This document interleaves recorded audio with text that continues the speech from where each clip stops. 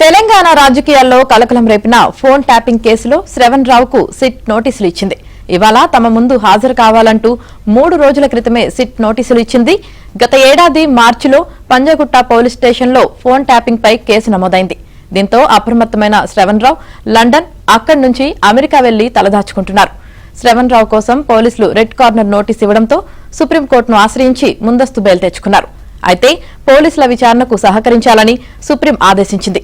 ఈ కేసులో ఇవాళ శ్రవణ్ రావు సిట్ ముందు విచారణకు హాజరవుతారా లేదా అన్న దానిపై ఉత్కంఠ నెలకొంది.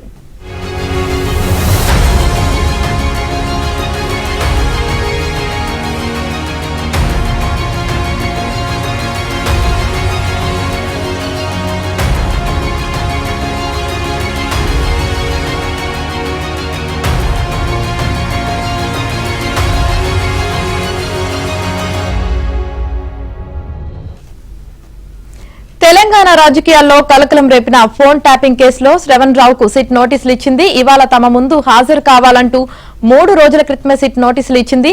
గత ఏడాది మార్చిలో పంజగుట్ట పోలీస్ స్టేషన్లో ఫోన్ ట్యాపింగ్ పై కేసు నమోదైంది. దీంతో అప్రమత్తమైన శ్రవణ్ రావు లండన్, అక్కడి నుంచి అమెరికా వెళ్లి తలదాచుకుంటున్నారు. శ్రవణ్ రావు కోసం పోలీసులు రెడ్ కార్నర్ నోటీసు ఇవ్వడంతో సుప్రీంకోర్టును ఆశ్రయించి ముందస్తు బెయిల్ తెచ్చుకున్నారు.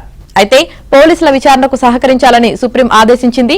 ఈ కేసులో ఇవాళ శ్రవణ్ రావు సిట్ ముందు విచారణకు హాజరవుతారా లేదా అన్న దానిపై ఉత్కంఠ నెలకొంది. ఇక దీనికి సంబంధించి పూర్తి సమాచారం మా క్రైమ్ కరెస్పాండెంట్ శశి అందిస్తారు. శశి, ఫోన్ ట్యాపింగ్ కేసులో కీలక పరిణామం చోటు చేసుకుంది. ఇప్పటి వరకు కూడా శ్రవణ్ రావు అబ్స్కాండింగ్ లో ఉన్నారు. ఈ ఫోన్ ట్యాపింగ్ కేసులో శ్రవణ్ రావు A6 గా ఉన్నారు. ఎప్పుడైతే ఫోన్ ట్యాపింగ్ కేసు నమోదైందో ఆయన లండన్ వెళ్లిపోయారు.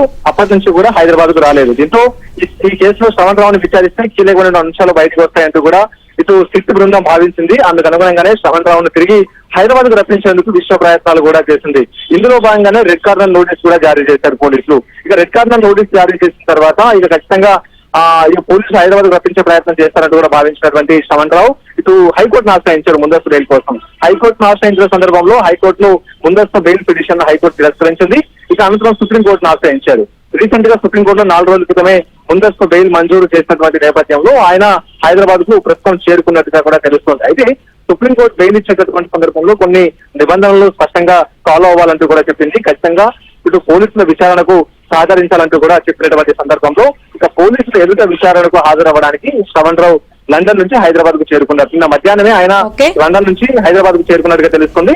ఈ రోజు ఉదయం 11:30 గంటలకు జూబ్లీహిల్స్ పోలీస్ స్టేషన్ లో ఆయన సిట్ బృందం ముందు విచారణకు హాజరు కాబోతూ ఉన్నారు. ఈ రోజు సాయంత్రం వరకు కూడా శ్రవణ్ రావును పోలీసులు సుదీర్ఘంగా విచారించేటటువంటి అవకాశం అయితే స్పష్టంగా కనిపిస్తుంది. ప్రధానంగా ప్రణీత్ రావుతో శ్రవణ్ రావు సత్సంబంధాలు కలిగి ఉన్నారు. ఎవరెవరి ఫోన్లు ట్యాపింగ్ చేయాలి అన్న అంశాల గురించి వివరాలను శ్రవణ్ రావు ఇటు ప్రణీత్ రావుకి ఇచ్చినటువంటి నేపథ్యంలోనే ఈ ట్యాపింగ్ జరిగిందంటూ కూడా పోలీసులు భావించారు. అందుకనుకగానే సాయంత్రం వరకు సుదీర్ఘంగా ఈ విచారణ కొనసాగుతుంది. Right, thank you Shashi.